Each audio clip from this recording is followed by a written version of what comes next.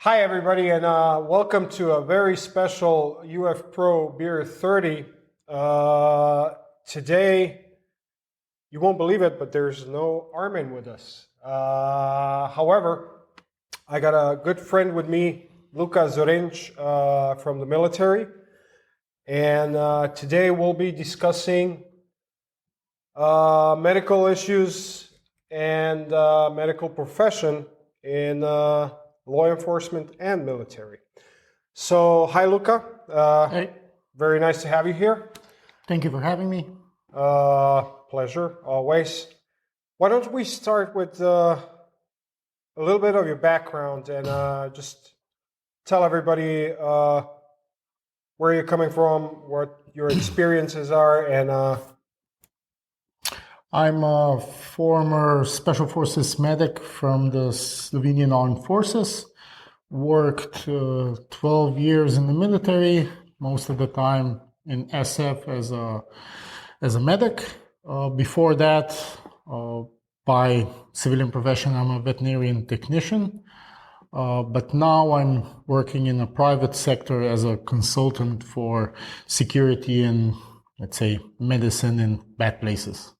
Nice. That's a, at least for me, very impressive background. But going back to our topic, I mean, today we'll be talking about your core business, and that's medical assistance and medical treatment going to the law enforcement. How do you become let's say a medic in the military? What does it take? I mean, to become a medic in the military,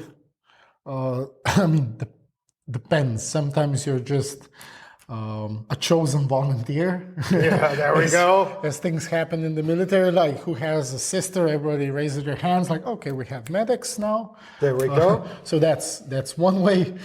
The second way is that you have some kind of a background, which is like in medicine.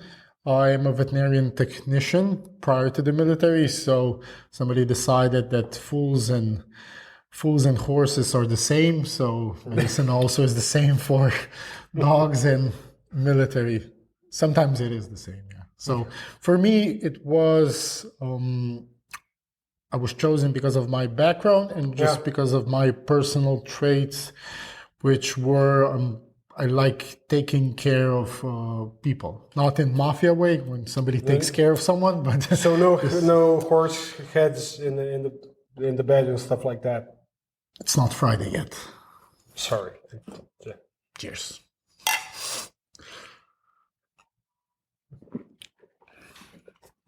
Nice. And going back to that, so what's the difference between, let's say, a normal medic and a medic in an SF unit? Doesn't really matter if we're talking about law enforcement or military, but what is the basic difference? I mean, the basic difference is, there's not a black and white answer. It's more of 50 shades of medical gray. Just because if you're an SF medic, most of the time there's a longer pipeline to become, as it is a selection process, basic specialization, yada, yada, yada, and then you become a medic. But an SF medic is more just than a medic. This is like your specialty, but you still need to have basics about everything, weapons and tactics, comms, demo, etc. So this is kind of like on top. Yes, that's just like the sugar coating on the cake.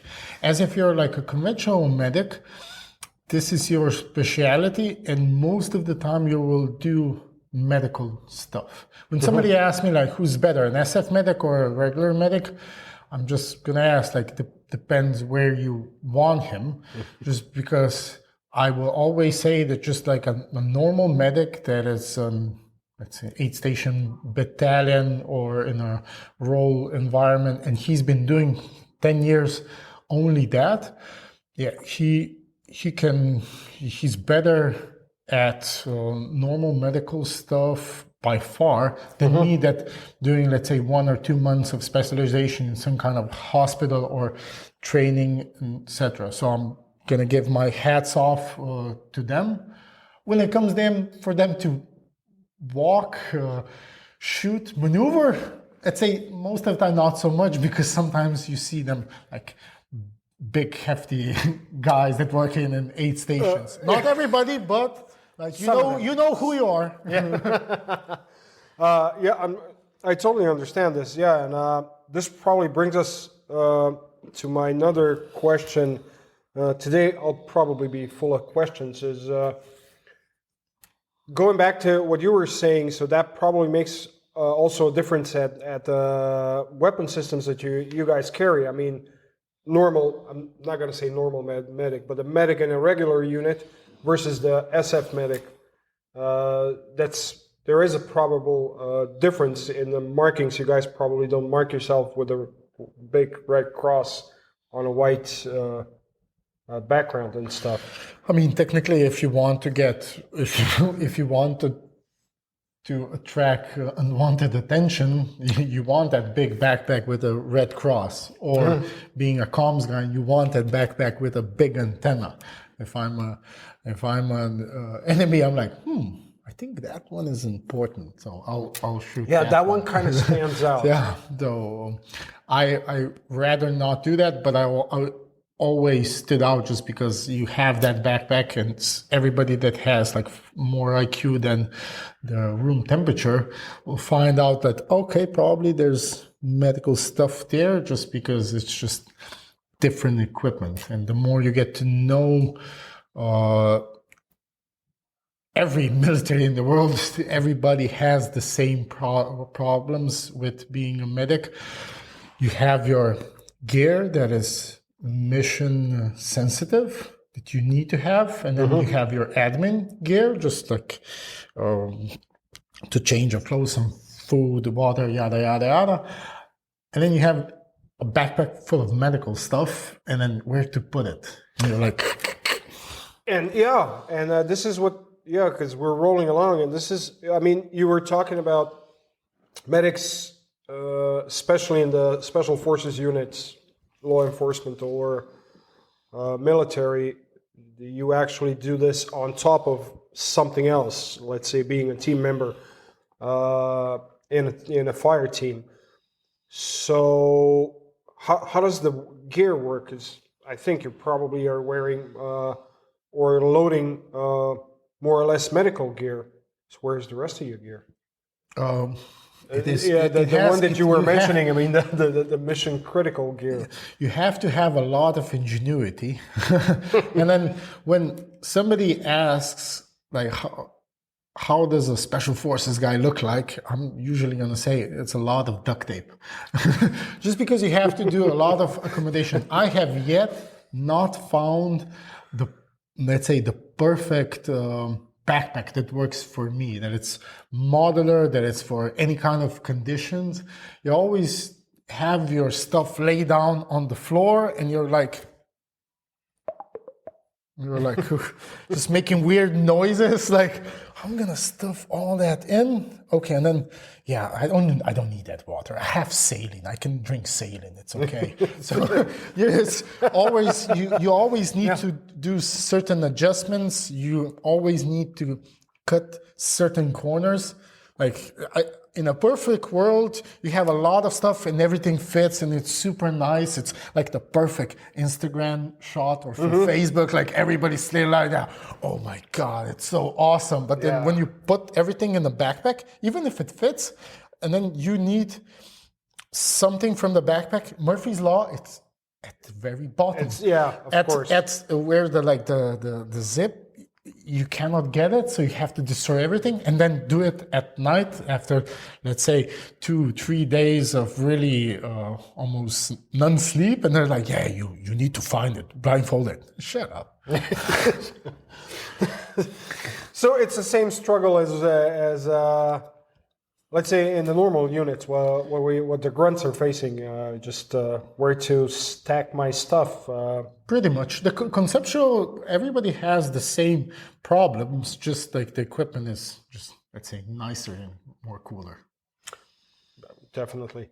Yeah, and bringing us to that, I mean, what were I know you guys went through specific training for medics, and I know those stories are really, really nice from that. What is it? The SF medic training in the States. You have any? Share with us something. I mean, depends depends what you think that's interesting or not. I mean, in training, yeah, sure, it was really was a lot of fun. No, it actually wasn't fun because you needed just to study all the time, and also because English is not my first language. When you have to translate everything, it's also pretty intensive. When it goes into practical skills, it becomes more fun, but those are like conversations you cannot share behind the dinner table. Like when I tell my stories, just being in a hospital, volunteering and with the paramedics, working in veterinary clinics. Okay. When somebody, like with a group of guys that all team members, all the same same mindset, they're like, oh my God, they're laughing, they're like enthusiastically listening, and then you see left and right from us people are just enjoying dinner, like we pay for it, the taxpayer pay for it for that kind of training. So those stories are quite gruesome, and I think that you will get pulled off of social media from just gonna say, yeah, I got the best part was, it's not the best, like there are 10,000 stories, but I remember that I was taking care of one convict. He just got stabbed a couple of times. Minor, just a couple of times. Minor, let's say minor. I mean, how can you get little stabs, like big stab? Yeah, but there was nothing serious, so I needed to take off the stitches. He was still in handcuff, full-blown tattooed and everything. Nice. And then I was there and I introduced myself. Hey, my name is Luka. I'm gonna help be your medic for the day. Take off your stitches out. And he's like screaming at me, hey, 𝗙់_𝗹𝗪, like, what? Because I don't have insurance, I will get this Dracula doctor here working on me. Like, hey, this is the most amount your coverage will pay, so you get me. Like, I am Vlad the Impaler, if you want. But usually I try to smoothen the deal with these kind of people, because I literally, a couple of guys, I asked, so I am here to remove the stitches. Yep. You are not here to make me get stitches. So please do not stab me. Okay, are we good? Compre, padre, good? 𝗙់_𝗹𝗪. There we go. And usually they start laughing and they said no. If they were just looking at me, I'm like, I'm gonna need some help. Well, good. Yeah, I know those stories are very fun to listen to. Ooh. But going back to everything that we were talking about, I know a lot of military and law enforcement units put a lot of pressure on their guys in terms of medical treatment when we're discussing being proficient in it, from the first guy in the fire team to the medic, all the way up to the medic. I know everybody has to at least know how to provide first aid, but saying that, I know we always had let's say, I'm not going to say an issue, but always a big discussion that was all over the units is where exactly should we wear our first aid kits and everything that goes with it, like tourniquets and everything, on a normal soldier to help out medics. And of course, my buddy soldier, that's probably going to be the first guy there to help me out if he can. Otherwise, I'm going to be the one. So, but is there like a magic wand? Is there like, can I pick your brain in what do you think about this? Because this was we were always struggling. Where should I first aid kit go? Should we have the tourniquet down on our leg pockets, or up here, or just? You have any thoughts on that? I mean, what is your experience here? Tactics are like assholes. Everybody has one. So I truly do not believe in these kind of SOPs. I mean, I believe in them in specific unit group SOPs, yes. But that's not gonna hold water in any kind of multinational environment. Mm-hmm. Because if somebody says, yeah, everybody should have a tourniquet, left shoulder pocket. Mm-hmm. Yeah, perfect. And then somebody is going to put it on the right shoulder pocket just because he's a left-handed. Yeah. Let's say. And then somebody says you put it in the left calf pocket or right or something like that. Yeah. Sure. And then somebody says, no, you shouldn't put it in there just because if you're stepped on a landmine, you're going to lose the tourniquet. And then one best comeback I have from one of my friends, I'm going to have 2 tourniquets, left and right leg. Like, why 2 tourniquets? You always should have 2 tourniquets, but I just wanted to ask him, why 2? Yeah, if I get one blown off, I stay on the right side. Yeah, but when you get two legs blown off, then you don't need tourniquets from me. I'm not going to survive that. I'm not going to be humping. I'm not Lieutenant Dan. So those SOPs, yes, sure, in small units, in one unit it can hold merit, but units from units are going to be always different. And then somebody says, yeah, the SOPs, everybody should have a tourniquet here. Yeah, perfect. But then when you're going to be treating a fellow partner forced or the wounded combatant, like, you just want them to have a tourniquet on themselves. And when you're stressed, usually you're not going to think like, oh, probably he's wearing a different uniform, but they have the same SOP, the tourniquet is going to be, no, it's not going to hold water. So you just want for everybody to have a first aid kit on themselves. That's for me, that's the best standard. Just have something on yourself. How did you tackle that as a medic? I mean, putting on your gear. I know we talked about your backpack, and you had a ton of other stuff that had to be stored away. What came into play here? How did you tackle that one? Oh, just ingenuity. I mean, you always ask yourself, what kind of equipment do I need for the overall mission, like the conceptual? Mm-hmm. And then what equipment do I need in the first 5 minutes, first 10 minutes, first 15 minutes?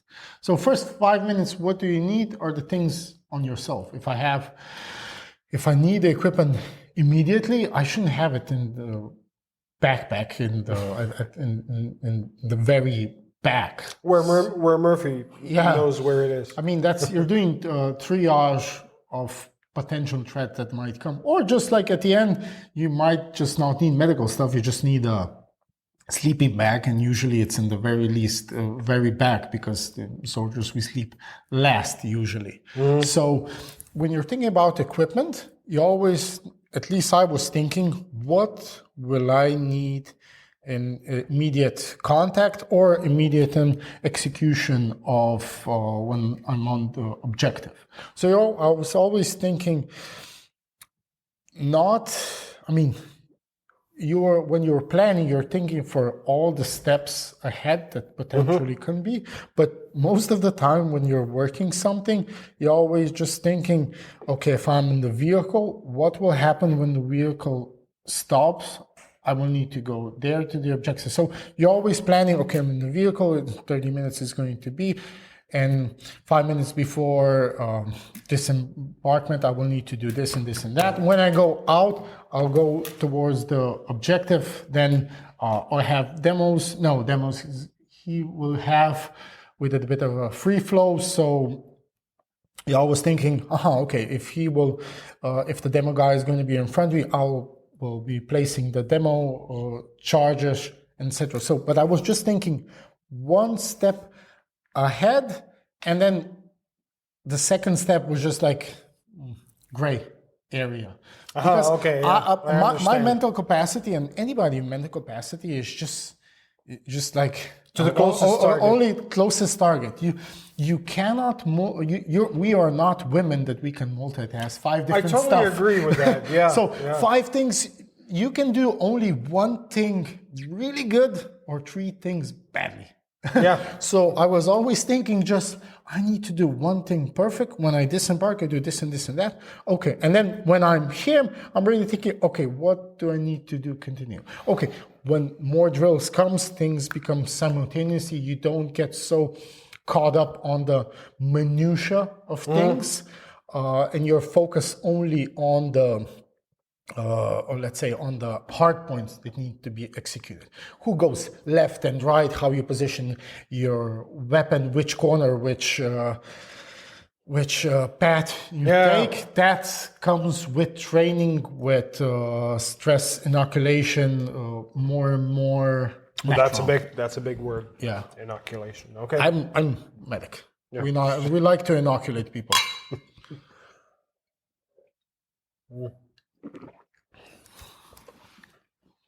Yeah, and that's very interesting. And when you were talking about those, let's say, closest targets to tackle with, probably you always had on your mind your secondary, or let's say the icing on top, as you put it. If something happens, in the medical part, how are you going to take care of it? But going on the other side, so is there anything? Let's say, I know we had a lot of guys that had standing medical conditions like allergies, like of course there's stuff medics need to know before they start treating the victim, like their blood type and everything else. Did you find that like readily available when you were doing your job, or is there any preference you had? Because I know we always were missing like half of the information that we were supposed to have for the medics ourselves, because the dog tag usually doesn't have that information. Mm-hmm. For, let's say, blood types, that's just cool and people likes to put it on, but let's say statistically it's another 20% of information is incorrect. So doesn't matter. Before we'll give blood, we'll type it. So, and also, you type it. You need to type it. Okay. Yeah, it's like a standard. The Tor project for giving blood has more specifics, but that's unit preference. That doesn't matter. But that's just a cool part of it. And most people carry it, and maybe they don't even have the capacity to give a blood transfusion, and then they just have it just because it's cool. So a lot of people can make an extra buck for having a patch. Personally, for that blood typing, I never liked it that much.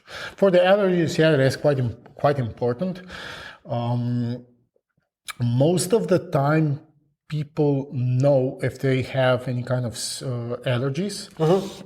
I mean, in the developed world, Yep. And then if, by God, that person is there in the field, unconscious, dying, and doesn't have a tag that that has allergies or not, I always had the mindset, you cannot kill a dead man. So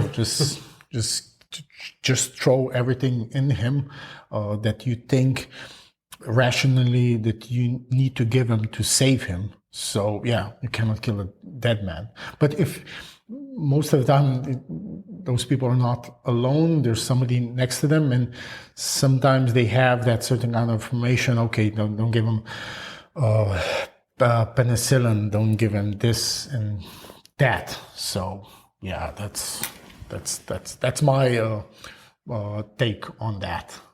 Yeah, well, that's good, very good to know, because you're probably more aware of this as I am, because lower down you go, the more strict is this, and I have a little bit of Italian descent, so I can use also my hands. Hopefully you understand. Such a beautiful man. He's Of course. clear. No wonder he worked for you, bro. That's one of the characteristics you have to have in working at UF Pro. Very proud of that. But leaving jokes to the side, I always wondered one thing. I mean, when a medic approaches a casualty on the battlefield, I know you guys are very big on cutting all our very nice clothes off. Not really sure what's that all about. Is it it's like, I don't want to say sexual thing, but I just said it. No, again, leaving jokes aside, but how do you approach this? Is there a system to cutting off the clothes? I know you guys are looking for injuries, but is it always done in the same way, or do you tailor it depending on where the injury is, or how do you go about that? It's not medicine is not a black and white answer. It's like I said before, 50 Shades of Gray. When somebody there's like a saying, the best patient is a naked patient, just because you can clearly assess all his injuries that are visually apparent. Yes, perfect. But if you're going to treat everybody the same, let's say he just breaks his ankle, or he has a cut, or he has a gunshot wound in the ankle, and then you start cutting off his upper clothes, upper body armor, or something like that, it's kind of a weird way to tackle that problem, and your commander is rightly is going to be pissed and salty on you. So how to tackle that? It's just individually. If the situation is really bad, he's torn to bits, unconscious, things are flying all around, unconscious, you want to do as much aid as possible. Yes, cut everything off. If I'm gonna say, you start with the neck, go down to the, what's this in English? It's called an arm. That's arm, yeah. Or give them the leg and an the arm. sleeve. Are you The talking sleeve, about? yes. Okay, we're talking about the sleeve. Okay. Eureka moment. Down the sleeve, so then you can at least pull away a bit. Perfect. Yeah, that's one way of tackling that piece. But what if the major injury starts bleeding from the legs? Then you go on the pants, and you still go also on the same area, same way conceptually. So I cannot say how to tackle that. I'm a very bad medic when it comes to SOPs, just because SOPs, they work conceptually, but when real life happens, you still need to think logically on your feet and try to think, do I even need to cut all his clothes off? Not going to say always, because still, let's say maybe we're in snow, maybe not even snow, maybe it's just 20 degrees Celsius. That's quite cold. It's quite colder than normal body temperature. If we're going to get our patient trauma naked, 20 degrees, we're setting them up for being hypothermic. Being in the snow, it's also a problem. So sometimes cutting less gives more benefits, because every degrees of Celsius that goes down, we have approximately 10% of worsen. I'm looking for condition. a word. No, not a condition, but every degrees of Celsius goes down than the normal body temperature. Yeah. Our blood clotting temperature worsens. Okay. So there's a 10% higher chance of getting a blood clot. No, not blood clot. Just blood needs to clot, and clotting is like quite of a good process when you're wounded, because that's our body's natural way of just maintaining like an injury. And you need for the blood to clot normally, it has to have like 10,000 different chemical processes, but most important process is not process, just condition is temperature. And the temperature is like a sweet spot, normal body temperature. But when the body temperature goes 1 degree Celsius below, 10% worsening of the clotting process, and then so on. I know this is really boring, but for me it was like, you need to learn this. But everybody ignores hypothermia, but hypothermia is quite important on the battlefield. Every trauma patient will be hypothermic, at least mildly, when he comes to a medical professional. So going to that into close, if you would cut off every time, always something like some unit SOPs, everybody needs to be trauma naked. Yeah, I wouldn't go that far. I mean, and then if yes, you will do that, at least make sure that you cover your patient back up with the remaining of the clothes. Just having something on top, even I felt better when they were covering me up. And just thinking about your good bedside manner to the patient. That's good to know. But on this note, I mean, going back to, let's say, especially, usually the pants are the most complicated things that soldiers wear. What do you use for cutting? I mean, do you have any issues when it comes to zippers? No, or anything? What do you use? If you have good scissors like Raptors, they're quite expensive, but they will cut almost through everything. So not such a problem. If you buy those ones like $1, $2, $3 ones, that's gonna break. I mean, maybe it won't break, but it's gonna be like any minute now. Almost. But the Raptors, they just fly. Golden hour minutes are just slipping away. So cheers to Raptors.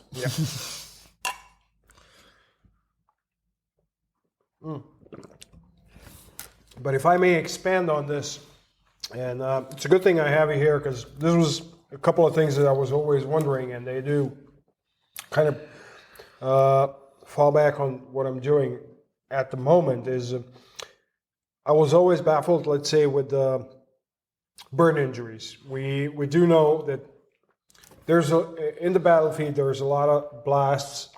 Mostly there are puncture injuries, but this does not include exclude the burn injuries, which are quite common, at least in my opinion.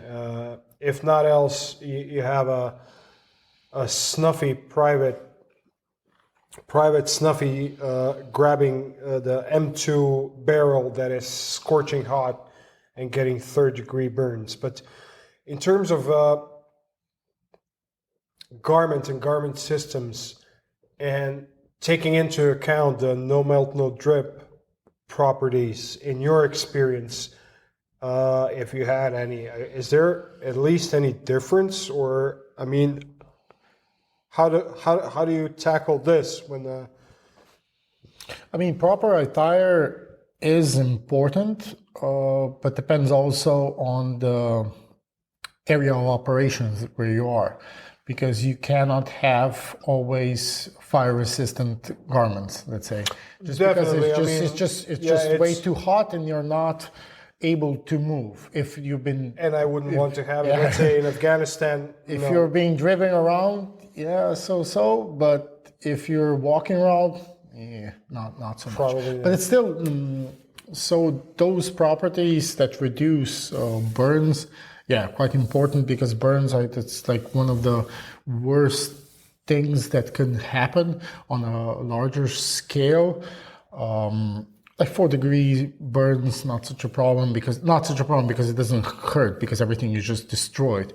Everything else, on a larger scale, we want to give patient as fast as possible as much painkillers as possible. Just because. Wow, really? No, it's a lot of other pains you can ignore, but these ones, I mean, they just hit different. And also, let's say ketamine. Ketamine is really a good drug. It has a dissociative effect.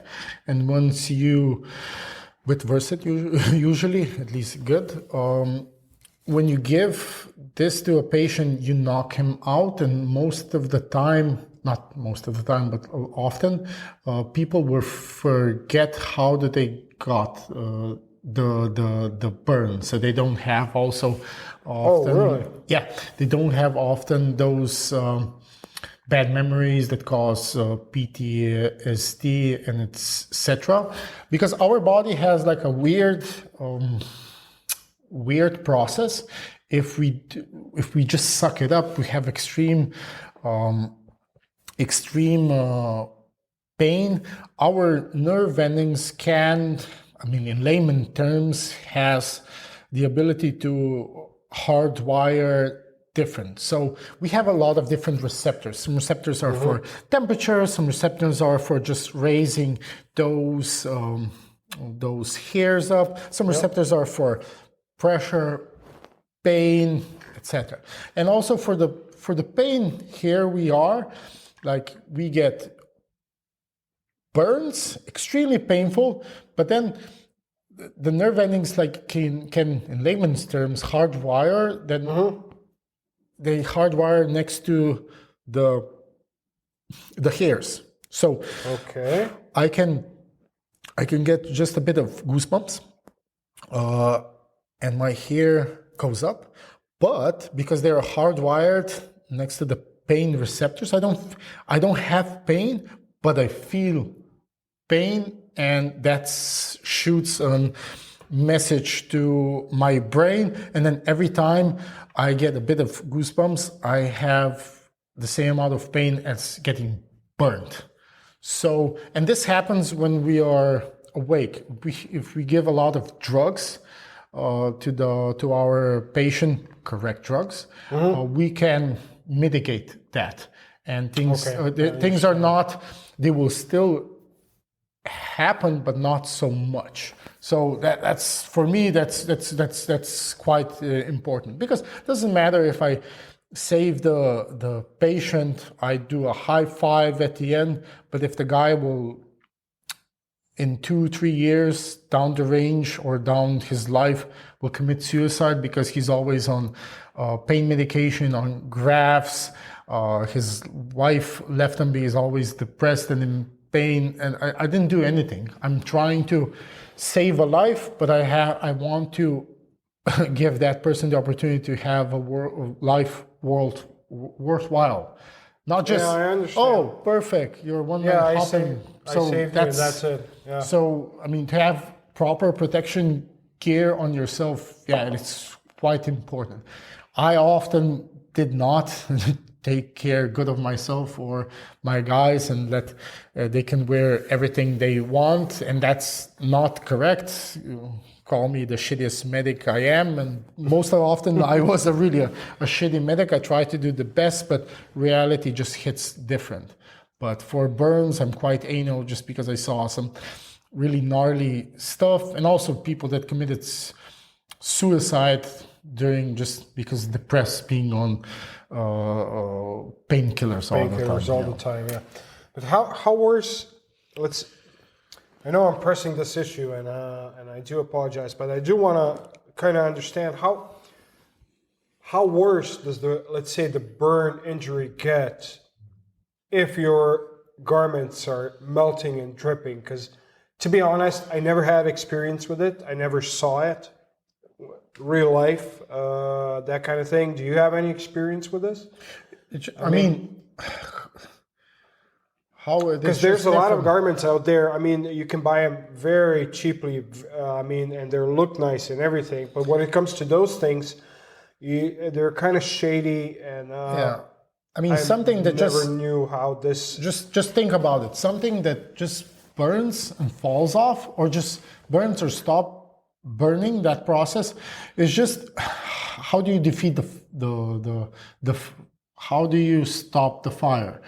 You take away the fuel or the air. I mean, just the amount of energy needs to be reduced. So if you have everything that's dripping, just imagine you're getting a burn. Now it's still drip and it's still on fire.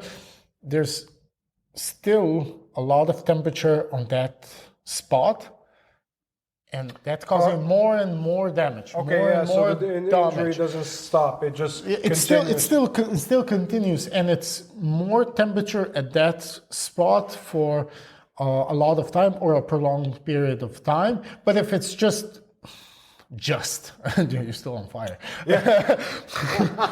Yeah. If it's just for a couple of seconds, it's just a different. It's a reduced amount of damage and exposure to temperature. So we're trying to mitigate that. Still, damage is going to be, if you're on fire, still some things, you're still breathing, so you're going to inhale something, so your airway is going to be also a bit shot, and you're going to have a hot potato voice or something like that. So that's also, it's a different animal, but we're thinking, when it comes to garments, we're more thinking of skin injuries. Usually, yeah. Okay. Well, yeah, that's always good to know. Like I said, I never had an experience with that, and I was always wondering, is there a real benefit to this no melt, no drip thing or not? Because I know you live this world, the medical world and everything else, and especially in conjunction with everything that's got to do in the tactical industry, is what are the current, let's say, trends? I know this thing is always evolving, probably at the same speed as computer science, but what are the trends, medical, let's say, casualty treatment trends, current and maybe future ones? What is there? What's current now? What's different now in terms of medical treatments, and what do you see down along the way of changing? Because I know I started my career with a freaking how do you call it? For the stomach wound. It was just a gauze and a thing to. Then we had that Israeli thing, which had already a plastic. Then we had a cloth that you filled up the wound, and I don't know. I don't even know what they have at the moment. Probably something else, but this is what I want to pick your brain about. I would like to say that we are progressing as we are. 𝗙𝗪𝗪 is developing. The standard is that every soldier or police officer should know 𝗙𝗪𝗪C or 𝗙ECC, which is like, let's say, basic first aid on the battlefield or in a high stress area.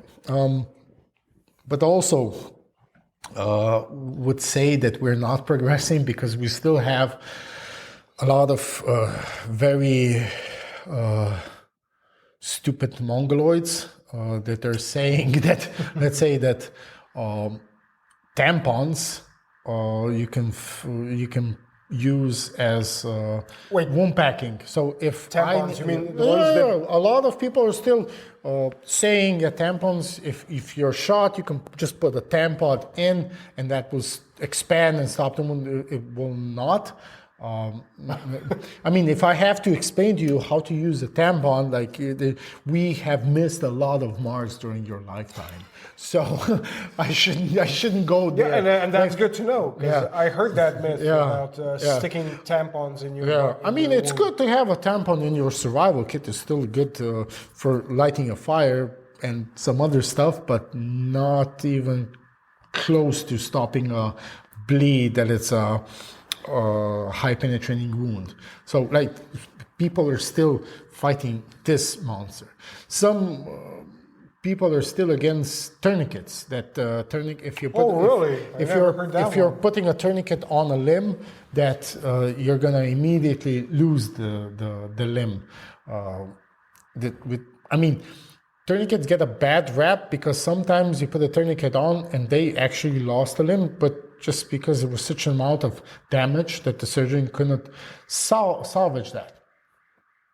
But our lazy brain, you're thinking, wound, tourniquet bad.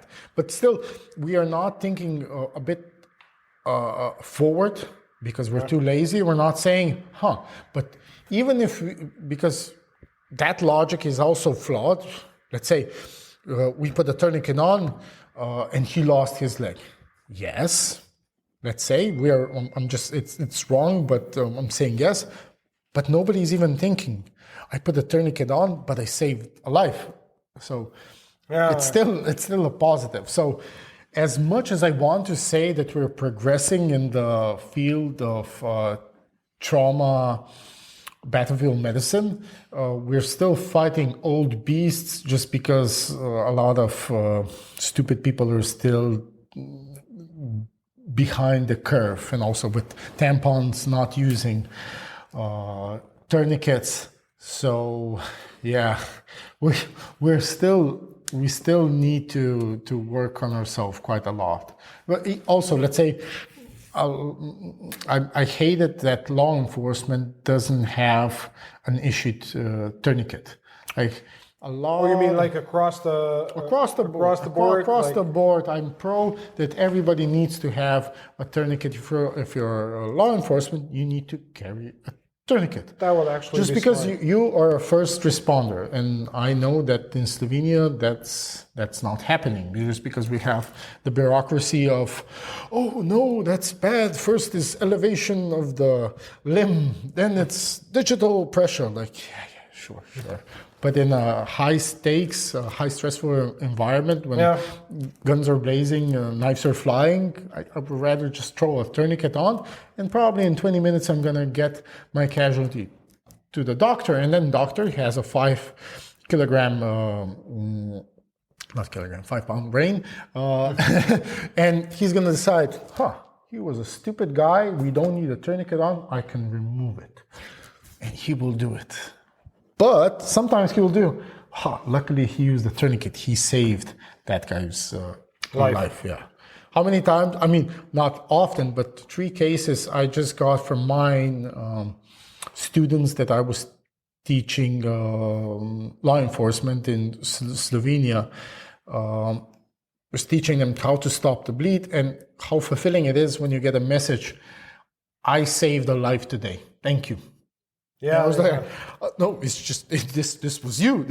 But then they were just saying that, but you taught me. I literally almost every time is the same. I didn't know what I was doing. I saw a lot of blood, and I said, I'm gonna put a tourniquet high and tight, and that's basically it. So, well, nice. Cheers to that. Definitely. And at the end, I do have to ask you, how does that, in everything that we talked about, especially in terms of, let's say, a life of a medic or a medical person or a first responder, how does, in all this, how much weight does your garments have? In terms of we can discuss probably this for another hour, how good it is to have something that you don't think about and doesn't cause you any additional issues. But how important it is for a medic to have, I'm not going to say proper gear, but a gear that would benefit him. And what would be that gear? And I'm not talking about backpacks, I'm more talking about garments. Because Well, to be honest, when push comes to is there any difference? No, when push comes to shove, when it's a high stressful environment, I'm not ever thinking about clothes. When it's a high stressful environment, things are just rolling and it's just extreme stress. You're not thinking about clothes. That's irrelevant. But training kicks in and you just do what you want to. But most amount of time, you're not living in a world of high stress. I mean, you're still in the fob, you're still in the base, you're still training, you're still there. If you are working a job, it doesn't matter. If I'm working a job, if you can put a pink uniform on me, I really don't care. Just because I'm a contractor, I need to do this and for an amount of time, really don't care. But if you really love your job, if it's your career, if it's your calling, then it's not like civilian military life or anything like that. You're always in some kind of a, I'm gonna say, weird mindset where you just want to be comfortable. You want to be comfortable in when you're not working and when you are working. Okay. And then if you have the equipment from the, let's say, lowest bidder, that everybody thinks that humans are like, I don't know, imps or or giants. Yeah. Like, why do I have on my knees here and not here? Like when somebody is like deciding how to make garments, make it as cheap as possible, but as most uncomfortable as possible. So that's usually what military issues you. So I liked to take care of myself, and most of the time I persuaded that we got better gear, or at least just buy your own gear. And somebody says, "Yeah, you shouldn't buy your own gear." Yeah, woulda, coulda, shoulda. But if you love your job, if you love your life, and if you like doing what you do, you're just gonna take care of yourself, and you're just gonna buy it. Yeah, buy one, hurt once, but then you forget. Yeah, that's a lot of things that we all did in the military. Got our own gear one way or the other and tried to get it past our 1 chain stars, 2 stars, and everybody else. Well, Luka, it was really, really nice talking to you. I really appreciate you coming down here. It was very knowledgeable, at least for me. I hope all of you had a blast with us. I hope you learned something new. I definitely did. And looking forward to our next Beer 30. Stay safe, guys. Cheers. So there you have it. This concludes another episode of UF Pro's Beer 30 podcast. Want more information about UF Pro and tactical clothing for professional end users? Then please visit ufpro.com or follow our channels on YouTube, Instagram, Facebook, and TikTok.